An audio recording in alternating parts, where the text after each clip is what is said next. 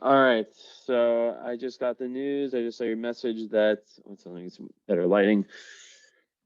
You know, that's so disappointing. Because I don't remember what I say when I do readings. Like I completely like kind of black out and channel and or, I don't know. I don't like using the word channel, but like I just get in a flow state, let's just say, and it's very hard for me to remember what I said, and I don't do my readings in like this very like kind of like logical like step by step. Like there is some level of step by step, but um basically let's just kind of like I do, because I did do it so recently. It still is in my mind. So I do mostly remember when I tune into this chart. Okay, so there's a lot that we spoke about. I really spoke in detail about everything within Neptune. And I think as I was continuing the reading, I was talking about how from like a love perspective, it's there's lots of like very intense lessons learned through relationships. And by the way, I'm probably going to do this in a more concise way because um I was very, in a good way, very wordy last night. But like when you do something a second time, when you've already kind of figured it out, um you're able to, or I'm able to do it more concisely. Not that I'm going to be speeding through it. I'm still going to be giving you everything, and who knows, like because I don't remember everything that I said or didn't say. There may be some repetition, but I'm going to do my best to have my faculties. So one thing I spoke about, and sometimes when this happens, I think everything is meant to be. And I noticed on my microphone there was like this beeping blue thing. Like, so I may have like, yeah, so there's this mute button, and I somehow must have hit the mute button, or maybe I want to blame it on my cats. I think we would have seen it on the camera, but like I can't believe it. Yeah, so I clicked that button, it was just beeping the whole time. So whatever, it is what it is. We move on. It's a Sag moon. I don't get stuck in the past, and I move on. So yeah, basically, I definitely was speaking about the Venus energy in the eighth house with Pluto there, and kind of just how a big part of your life purpose is meant to be going through these sometimes dramatic but very intense transformations through joint like relationships and any kind of like joint venture, joint enterprise, um where you're also learning a lot from the esoteric, from the occult, with the Uranus and Pluto and Venus and Vertex in the eighth house. That would make you, an eighth house person, right? Even if you don't have any Scorpio planets. I mean, yeah, Neptune's there, which is such a huge planet in your chart, but still, it's an outer planet. This adds a very big transformational energy to your chart. So it adds an energy of like you're here to, which I spoke about before. I must have spoken about your chart. Really here to grow spiritually. With the North Node being in Gemini, there's this other element though, which is very interesting, right? Where it's like on one end there's this real depth, there's this real intense karmic lessons, lots everything with the Neptune about getting through the fog, getting through the confusion, and being able to kind of like channel it to like this high spiritual energy as opposed to this like kind of lower energy of disillusionment, over idealism, escapism, or negative escapism. It's like finding that positive escapism. But so when you lack water in your chart, it can be difficult to kind of have that sixth sense, right? Which I'm not saying you don't have it, because the thing about this Neptune energy is that it gives you this potential to unlock. When you unlock, like, and I said before how like filming yourself or like doing like affirmation stuff in front of the mirror is very like that's like a secret weapon for you in terms of like growth. Um, you actually unlock the water aspect, the intuition, like part of your chart, being able to really pick up on people's energy, pick up on, and you can even be very with Chiron, in Pisces, Saturn there, there's definitely spiritual wounds, and wounds potentially to your sense of boundaries. But once you find that power, right, which can be difficult, I'm wrapping this all around, right? Like, because as a Libra Mars, it can at 29 degrees, it can make one very, very indecisive. 29 degrees is a critical degree, so it's like there's something about karmic completion when it relates to the Mars archetype, the archetype of doing and going and kind of just like, that assertiveness function, right? But then, so we're balancing all these, lack of water. So the water. So once you start to see things, like really working on yourself, working on higher spirituality, you start to like seeing things clearly. Is Mika, stop walking on an important book? My cats. Yeah, when you're seeing things clearly, it's which in terms of like a partner. 1 second. Okay. Yeah, so like in terms of like a partner, it's very important to have someone, I was saying yesterday, that's very, very solid, but also someone who is down to go through these like transformations. Because this is one thing that maybe I didn't even talk about yesterday, is that as a Taurus moon, Taurus moon people are very cool with kind of being in the like being in the present, being good with what is. They don't really, they're not the most risk-taking people. But what can happen in your case is that with all this 8th house energy, right, and these Neptune transits, you're being like almost forced karmically to go through these changes, right? So yeah, that is definitely going to be one part of your chart that will be very interesting. Or did you? I can't remember. I don't think you got a follow up, but if you end up getting a follow up, that would be something that I would definitely want to talk about. And you have to remind me of if you end up getting one. Would be, yeah, just the energy of that, of kind of that split with a Taurus liking things to be the same, and like how risk taking has been for you. Because yeah, like I said before, fixed energy can be very stubborn.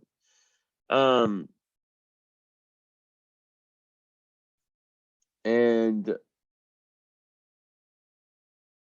yeah, so basically, Pluto in the 8th house, it's at its home there. It's like a it creates like a very metaphysical, occult person who really wants to be united with other people.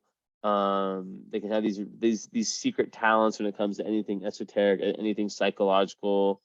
They really want to probe deep into metaphysical subjects. And when you have Uranus there, where's my little book? When you have Uranus there, that's like a super, super psychic energy where you can potentially tap into the zeitgeist, the collective unconscious, and really get these like flash downloads that just come to you, especially like when you're in meditation, which is a very, very strong placement. Also, there can be like these sudden gains or like sudden changes in like inheritances, or just like sudden changes in life through joint ventures. And it's also another indication of someone who's very fascinated by, the kind of like more unknown mystery, the intriguing kind of, occult, esoteric, but also just like the mysteries of life. Also, like it could be like crime series, like like the underworld of life, right? So like the darker areas. But so bringing this back, so like when you lack water in your chart, you really, really want to be around, you want to make sure that your relationships are based on very, very solid foundations, where having Venus, Earth, and then Moon, Earth, Mars, Libra, there has to be this real trust, and obviously that can be said with every relationship ever. But I always think of these types of relationships as like the need. It's like when you're building a skyscraper, there has to be a really, really solid foundation, right? So that's kind of what I think about when I see a chart like that, is like, or like these kind of alignments. Like, yeah, you're someone with your Jupiter, which I think I was talking about when things got muted. Your North Node in Jupiter, or in Gemini, your Jupiter in Gemini. So you are someone who's destined to really like find your creative, your true authentic creative self through your voice in some type of way, right? but at the same time, it does come through, through having the right partner, basically, or if you have a partner. But like having the right partner is very important, and it's almost better with your chart to have no partner than have the wrong one, because as I said before, with the 25-degree Leo, which I'm very curious about, like that's a degree that's known, to be very, very difficult. So moving forward, there's also, I remember saying, like, I was seeing, like, different fixed stars, like the fact that you have Antares conjunct your midheaven and conjunct your south node. That makes me think that you were probably someone, like, very, very, and I don't say this often, but Antares is like the hidden. So it's interesting, it's like the hidden king. Regulus is the battery's running low. How great would that be if this one also died because my battery died? But Antares is one of the, the royal stars of Persia on your midheaven. That gives you very, very great. It's very, very good for success for you in this lifetime. And it can kind of be like the king of the underworld, like Pablo Escobar, perfect example. He has that on his midheaven. Now, the fact that you have this on your south node indicates past lives where you may have been in high positions of power.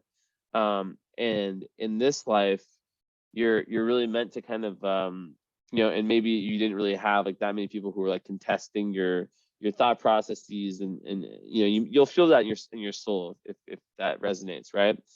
But in this life with the north node where it is, which is like that represents like the mountain never climbed in the past lives, like there's been like in past lives, like too much of an emphasis on like the public life and like success, and that you can probably feel that in your soul, how in this life it's more about kind of gravitating. Is my video not showing, really?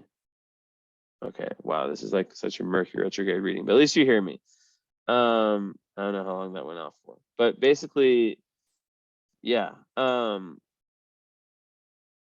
Basically, I should probably flash the chart. Just, that's, yeah, so that's very, very interesting.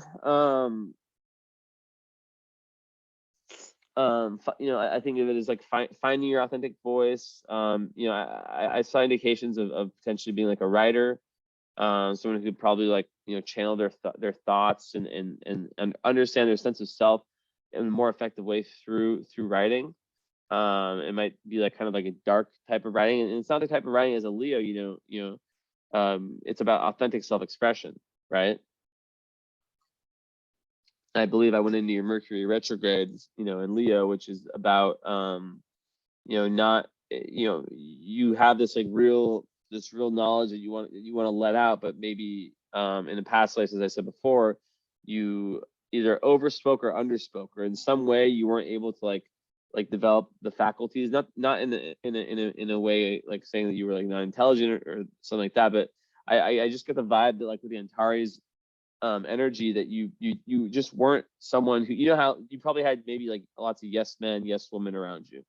That's just what I'm getting. So maybe in this life, it's like you're the first star of your life, you're really kind of pushed in a position where you were meant to kind of, I don't know, really think more about how you communicate, kind of the energy you put out to the world. So yeah, and then I'll switch back to just me because literally haven't seen me very much, have you?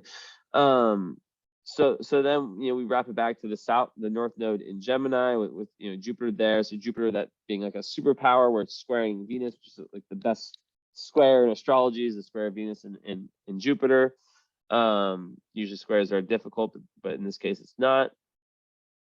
But you're really trying to see life from other people's point of view, and really, really getting good at communicating, which I talked about before with that square with Neptune and Mercury, how it can be very difficult to communicate like the basics in life, but you can communicate very, very well on an abstract, high philosophical, artistic level. But then, so yeah, learning like just basic communication. Like you might be super, super well versed and just like naturally talented when it comes to like philosophy and like understand the higher truth, higher knowledge. But in this life, it's like about learning to kind of not be scattered and restless, and yeah, just being able to communicate your ideas in a way that helps other people, that's understandable, that's digestible. So kind of like the more basic form of communication is best done in the fifth house. Also I must have mentioned yesterday that that's very, very favorable for children to have Jupiter in the fifth house and North Node there. There could be a very massive karmic link to your children, and Jupiter would expand your relationships with your children. And yeah, usually speak to, if you have kids, like having very, very optimistic, positive, benefit, karmic kind of energies with them, right? But yeah, there's definitely a karmic pull in this life to be more with your IC, which is like more like in the home life, more not to say that you should, not to have a career. I mean, obviously your midheaven is conjunct Antares. So, but at the same time, to really focus on your inner life and all that Neptunian energy. So I also would have mentioned yesterday about your second house. Well, before that, the fact that Black Moon Lilith actually, your Aquarius ascendant, to have Black Moon Lilith there is very, very interesting. And basically the way I look at Black Moon Lilith, rising in Aquarius is that Aquarius has to do with friends, has to do with communication. So I think this is another indication of and it can be a little bit aloof.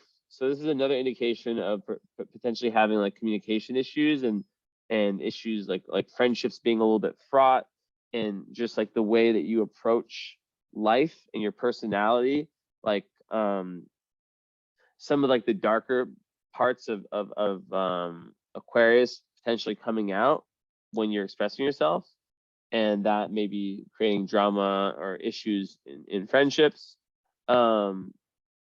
relationships in general, just life in general. When you wrap it with the entire chart, the fact that it also, it's part of that whole Neptune, grand square. I don't know if that's what you call it, but yeah, it's a 4 squares. It literally is a square. It makes me think that you can, obviously it opposes the Mercury too, so there can definitely be energy where the way you come off in terms of your personality, your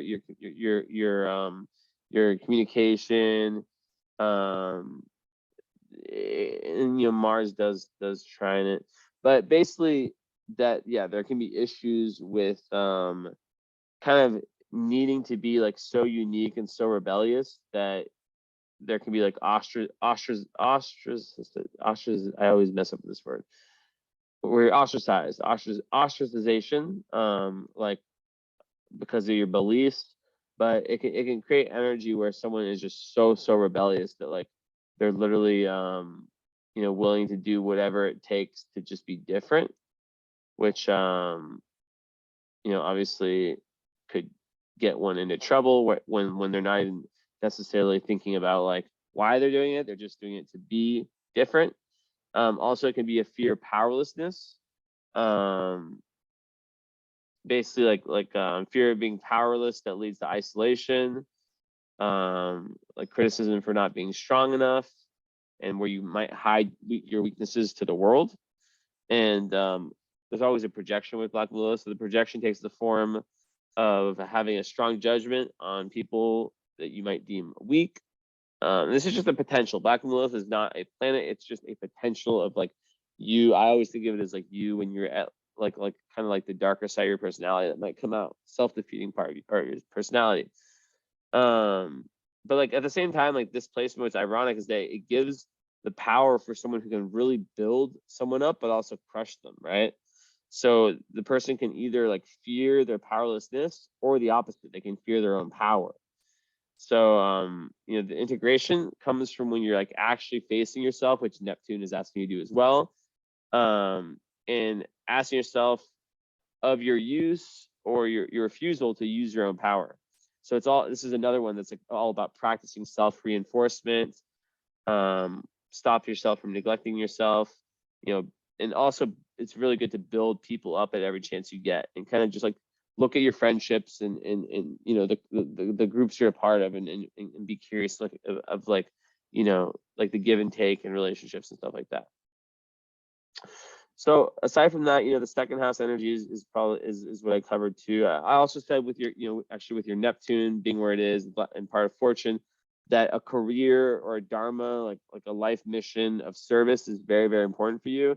You know, 10th house Neptune people are, you know, they it's not necessarily that they're like spending their whole life as like a charity, like working like in charity and making the world a better place, but they do, you know, they can be the kinds of people that make like sacrifices when it comes to that, to their career. Like let's say that they had the super talent to be like an amazing lawyer or businesswoman, but they had a cause that was more important to them and they sacrificed it. But can also be the same thing like with respect to like being a mother.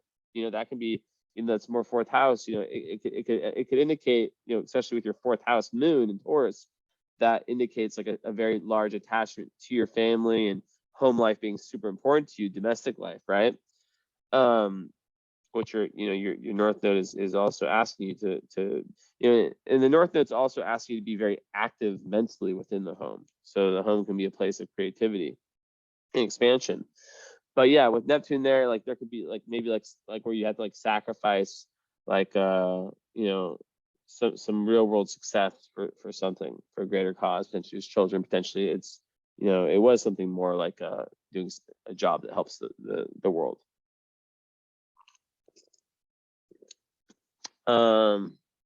So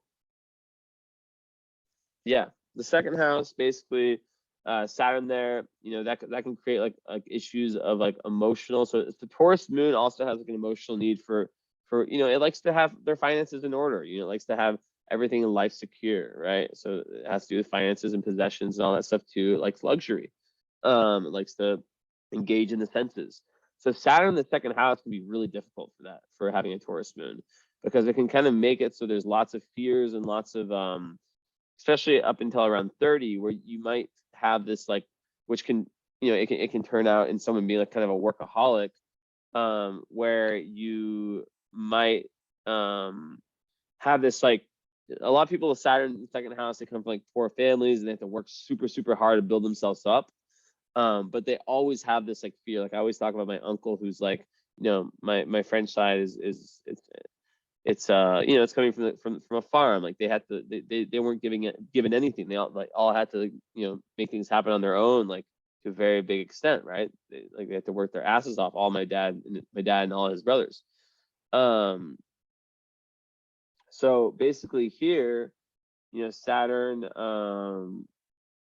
it can give it a feeling of like emotional, yeah, like emotional and physical poverty. So like, but like even like when the person like gains money and is like in no way like in like a difficult situation, like they still feel like they can't spend, and they still feel like you know, doomsday is going to come financially, and there's all these fears around finances. And you know, what it comes down to is it comes to valuing like the inner values, which is Taurus moon is all about having inner values. It's about like you know, it's the superpower of Taurus moon is being able to show up every day as the same person. Like not the same person, like a crate, like, you know, like where it's like a psychological issue, but like to be able to be balanced, right, within all these other parts of your chart. So yeah, that's a very, it makes it difficult. And it also in Pisces, it just, you know, anyone with Saturn Pisces can have issues as it relates to just coming into this life with very, very, very strong karma, basically, right? Like it makes someone who's like a very intuitive worker, but there can also be like lots of like anxieties and fears, and just like, yeah, overall like someone who works through really strong karma in this lifetime. Yeah. And I think, you know, second house Saturn, with all I've said, is one of the better Saturn placements. It just makes the first 30 years difficult, but after that you have this real ability to just like build and build and build and build and build, which is, you know, awesome. And then Chiron there, you know, second house Chiron in Pisces, like there can be like some real spiritual, like where you, I already talked about this, like where you feel like your boundaries were were kind of like stepped on and crossed, maybe early on in some way. I spoke about the square between your sun and your moon being related to potentially a divorce, or this like a difficult connection between father and father and mother. So yeah, that could further that and just make it so there's like some spiritual wounds. And people that have that, they in the second house, it can be a crisis of values. And it can also be linked to the financial insecurity, right? Like this deep pain associated with financial loss, or fear of financial loss. So lots of work around money is most likely something that either you've done or you've had to do, and linking your self-esteem too much with your money and your possessions and in what's in your account. And self-worth, like really like being able to find the self-worth within. That's like another huge thing your chart's asking for, which is completely linked to that 8th house energy, especially with Pluto there. Venus there is giving you like this real light energy when it comes to that. Another thing I said yesterday, I think after the 9th house, Mars would typically make someone who is going to be very interested in philosophy, but also in traveling, and who's going to have like a lot of willpower. They might be even romantically interested in people from different cultures. So that's something to look out for. But yeah, like with the romance stuff, like definitely a need for consistency, but then also because, you do lack the water, someone who can help, maybe perhaps like have some Pisces, some Cancer, some Scorpio in them. I always think that opposites attract, but then I also see people who are very similar together. So it's kind of like a mix of the two. And also relationship astrology is super, super interesting. It's a whole different reading when I do like any kind of relationship astrology, because you have the composite chart, which is like the 3rd chart that's born, and you have like the synastry aspects between two charts, which you were originally messaging me about astrocartography, so you are married, I'm pretty sure. So if you're ever interested in that reading, that one I highly suggest. And this is like literally like a book right here. Like I'm like always like revising. I'm like super trying like to get better and better every day. Not every day, but like it's been my mission lately to really get deep into the synastry stuff. So moving on, yeah, basically like the whole idea of the chart, it's kind of, I think that's like is like, it really is around seeing things for how they really are. Maybe past lives where in some shape or form, you weren't really given that that real reality. You could see how someone from privilege who's always told yes is not going to see reality in the right way, right? So maybe that there's past life memories of that. Maybe you even have that same kind of level of privilege in this life. I mean, Antares on the ascendant. Maybe there is some level of wealth or inheritance or something like that. Highly possible. But with the Saturn in the 2nd house, that's kind of contradicting it, right? And that's kind of saying that there's like, usually people with Saturn in the 2nd house come from poor backgrounds, right? So it's very, very.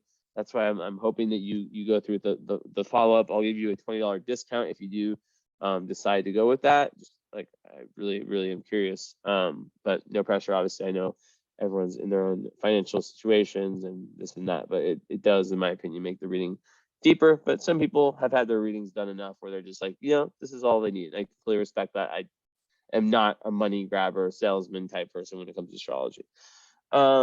Okay, what else did I say yesterday? Yeah, I guess like with your communication, you can be a fast talker. Like definitely like an initiator when it comes to ideas and communication. I definitely saw something with writing. This is annoying that like this part of the chart, this part of the reading, I have to go back and relook at some things. Because there's one, let's see. Which one was it? Was it 20? Okay. Was it 25 Aquarius?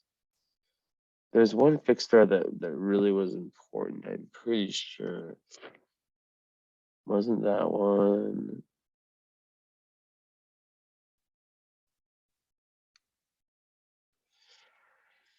Okay, so we'll get all these pulled up. The only exact conjunctions, That's not 14, 14. That's not good enough. Okay. 25. Which one was it? Was it Alheka? It may have been Alheka. Jupiter, and then 25 and 20.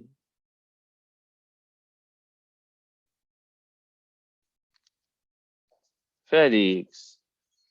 Cat's going wild. Okay, and then 13, 15, 29.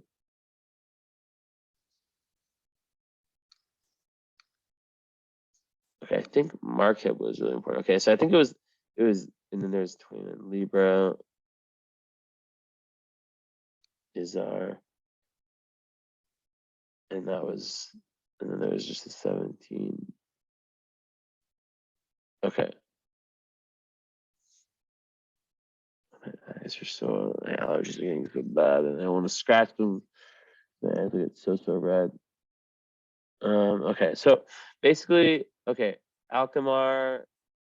Was there anything with that one? These are just like fixed stars. That one had nothing. Heka was conjunct your Jupiter. Nothing with that one.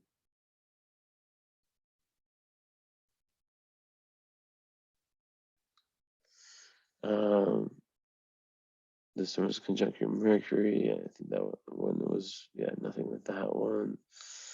So yeah, like Antares is by far the biggest, you know, the most important. I would look up information on fixed star Antares, Antares. It's hard to find info out there, but you know, let's just, if I can find it.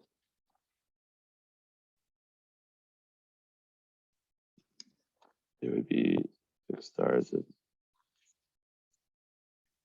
I literally need to like read this book. I have so many things I need to do. I found it. I saw it. Where'd it go?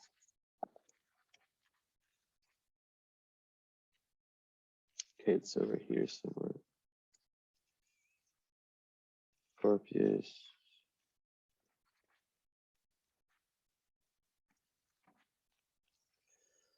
That's probably right here.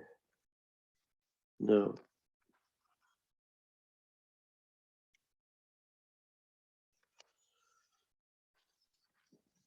It's probably over here.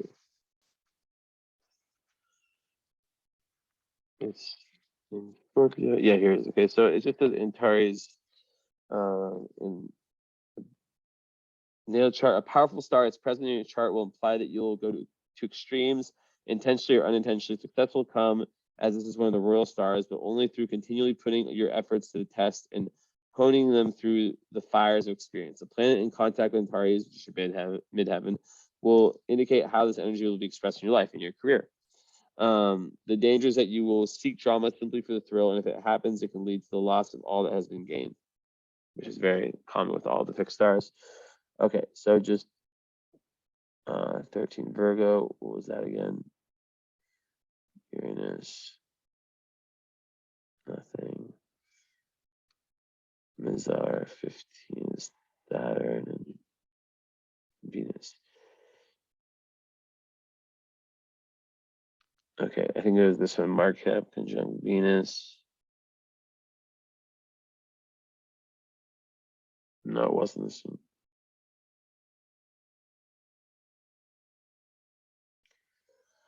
There's one fixed star that I can't find right now that was very, very big for like writing.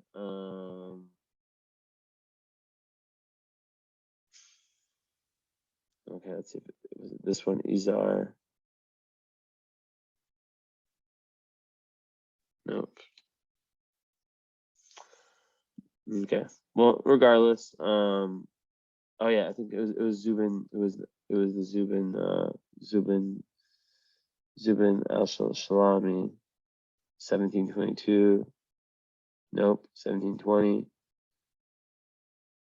Nope, it's not an orb of any of those. So actually it's not. So yeah, that's kind of the stars. And then aside from that, Juno being in Aquarius is an indication of that the ideal mate for you is someone that can also give you lots of freedom with all that, and someone that you can have a very strong mental, intellectual connection with, and also, where you have your independence within your relationship. So that was that. So yeah, that's pretty much all I added. I probably went over some things more than once, but that's how it goes when your mic goes on mute for 30 minutes. Anyways, thank you. Maybe I was meant to redo this part. Maybe maybe I misspoke yesterday, or maybe I just didn't. There's something that I needed to add today. I don't know. These things happen. Now I know that there's a mute button. I don't know how I pressed it. What can you do? So anyways, thank you so much. And I hope to talk to you soon if you want to do the follow-up. Also, just know that like most people, like if you really want to get the full astrology experience, this is the birth chart. This is done once in your lifetime. At least by me, you can get by different astrologers, see how they, interpret your chart. It's always interesting to have different views. But the current astrology is something that you can do once a year. Well, more than that if you want. I do astrological counseling too. But basically, most of my clients, they do this one first, and that unlocks the ability to do the current astrology reading. That is basically where I look at your solar return, which is like a new chart that's created each year that represents like the chart of this year for you. It's a live reading, this one. So we would actually like find a time live on Zoom or call, whatever is better for you. I think for that one, Zoom is better because I like to share different things. And it's basically like talking about like the current astrological time for you. So if you're interested in that, let me know. I'd be happy to extend a $20 reduction, price reduction. You'll just have to remind me about it. And yeah, that one's super interesting. So anyways, besides that, thank you so much. And I will talk to you later. And I'm happy that I did this today, so it was fresh in my mind. Okay, bye-bye. Hope you enjoyed. Ciao.